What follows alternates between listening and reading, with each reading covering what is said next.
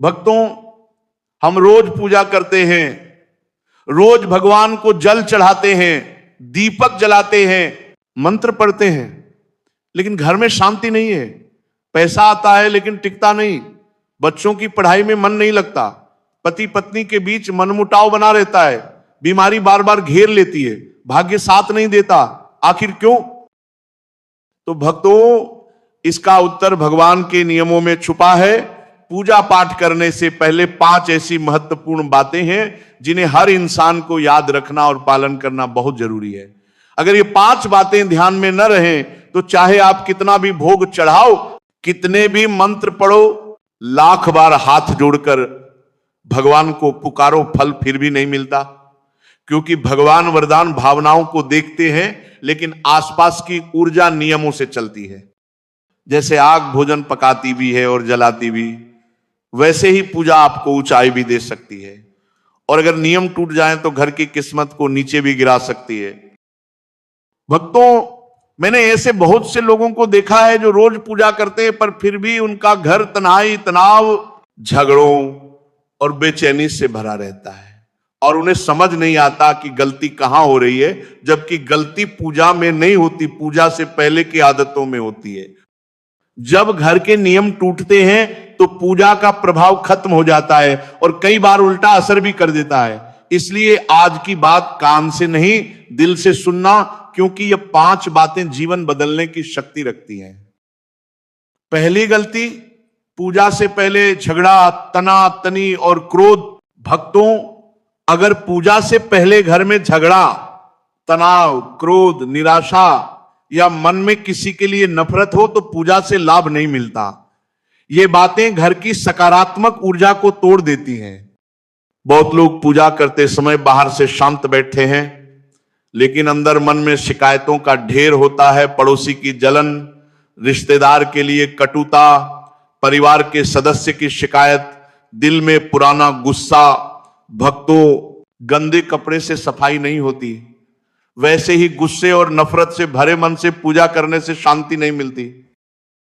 दूसरी बात, घर की स्वच्छता। भक्तों, भगवान वहां नहीं आते जहां जमीन गंदी हो, रसोई बिखरी हो, पूजा का स्थान धूल जाले और अव्यवस्था से भरा हो। लोग कहते हैं भगवान हमारी नहीं सुनते, पर भक्तों, भगवान सबकी सुनते हैं, पर गंदगी के बीच सकारात्मक ऊर्जा टिकती ही नहीं। जैसे धूप अगरबत्ती तभी खुशबू फैलाती है जब हवा शुद्ध हो। तीसरी गलती, पूजा में जल्दबाजी, घड़ी देखना और मन का भटकना। पूजा शरीर से नहीं, मन से होती है। यदि मन हर दिशा में भागता रहे, चिंता में उलझा रहे, किस्त कैसे भरूं, किससे क्या बोलूं, तो पूजा का मंत्र दिल तक नहीं पहुंचता। चौथी गलती, मोबाइल देखना, गाने सुनना, फोन उठाना। भक्तों, यह पूजा को खंडित कर देता है। जिस क्षण भगवान आपके सामने होते हैं, उसी क्षण आपका ध्यान मोबाइल में चला जाए तो यह सबसे बड़ी अनादर की बात होती है। पांचवी गलती, पूजा के तुरंत बाद झगड़ा, कटु वचन और ताने।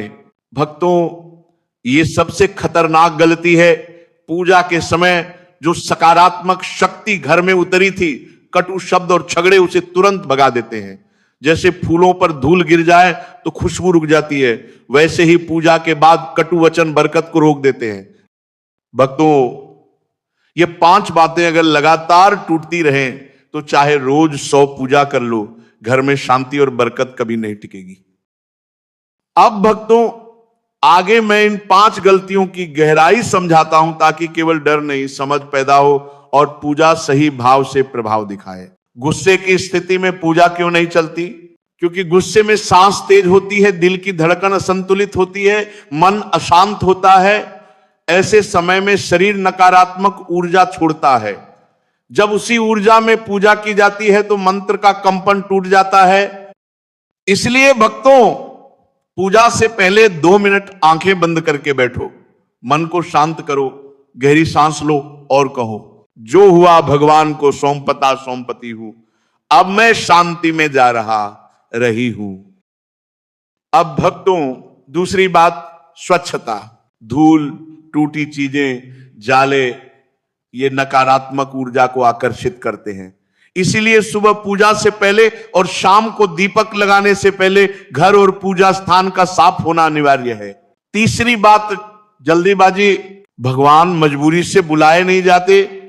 5 मिनट भी मन से किया हुआ ध्यान पूरी पूजा को सिद्ध कर देता है। चौथी बात, मोबाइल भक्तों यह पूजा का सबसे बड़ा शत्रु बन चुका है।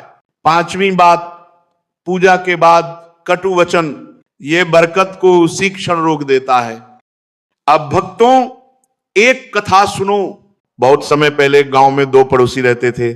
दोनों भगवान के भक्त, दोनों रोज पूजा करते थे, पर दोनों के घर का परिणाम अलग था। एक घर में बरकत, शांति, प्रेम था, दूसरे में झगड़ा, चिंता और तनाव। एक संत गांव में आए और बोले, दोनों पूजा करते हो पर एक के घर में भगवान ठहरते हैं और दूसरे में नहीं, क्यों? अगले दिन संत ने दोनों घर देखे। पहला घर शांत, मीठा, प्रेम से भरा हुआ। दूसरे घर में पूजा के तुरंत बाद तेज झगड़ा, बच्चे रो रहे थे, पति पत्नी में तकरार, बर्तन की आवाज। संत बोले, पहला घर भगवान को बुलाता है और उनका स्वागत करता है, दूसरा घर भगवान को पुकारता है पर पूजा के तुरंत बाद उन्हें बाहर निकाल देता है। फिर संत ने 3 बातें बताई। 1, पूजा के तुरंत बाद 5 मिनट मौन। 2, पूजा के बाद किसी एक सदस्य को शुभकामना या आशीर्वाद। 3, पूजा के बाद मीठा या पानी का घूंट बांटना। भक्तों 1 हफ्ता भी नहीं बीता था कि उस घर की हवा बदल गई, झगड़े शांत होने लगे, बीमारी कम हुई, बच्चों में भय कम हुआ, घर में बरकत आने लगी।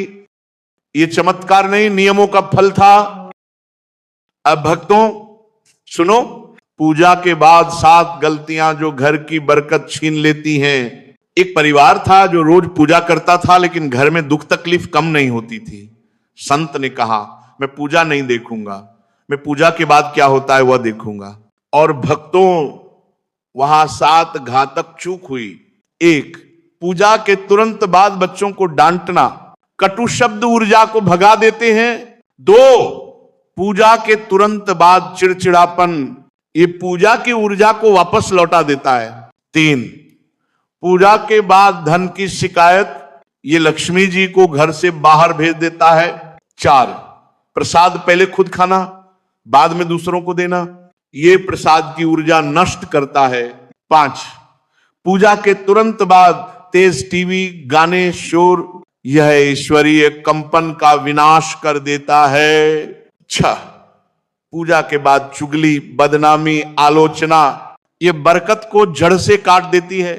7, पूजा की थाली और दीपक को लावारिस छोड़ देना, ये पूजा स्थल का अपमान है। संत बोले, तुम पूजा करते हो पर बाद की 7 गलतियां तुम्हारी किस्मत काट देती हैं। घर वालों ने सब सुधारा और भक्तों 1 महीने में बीमारी कम हुई, कर्ज घटा, बच्चों की पढ़ाई सुधरी, घर में हंसी लौट आई। चमत्कार भगवान ने नहीं किया, नियमों ने किया। भक्तों महाराज ये पूरी बात अब स्पष्ट है, पूजा मंत्रों से नहीं व्यवहार से असर करती है। पूजा भगवान को बुलाती है और पूजा के बाद का व्यवहार उन्हें घर में रोके रखता है।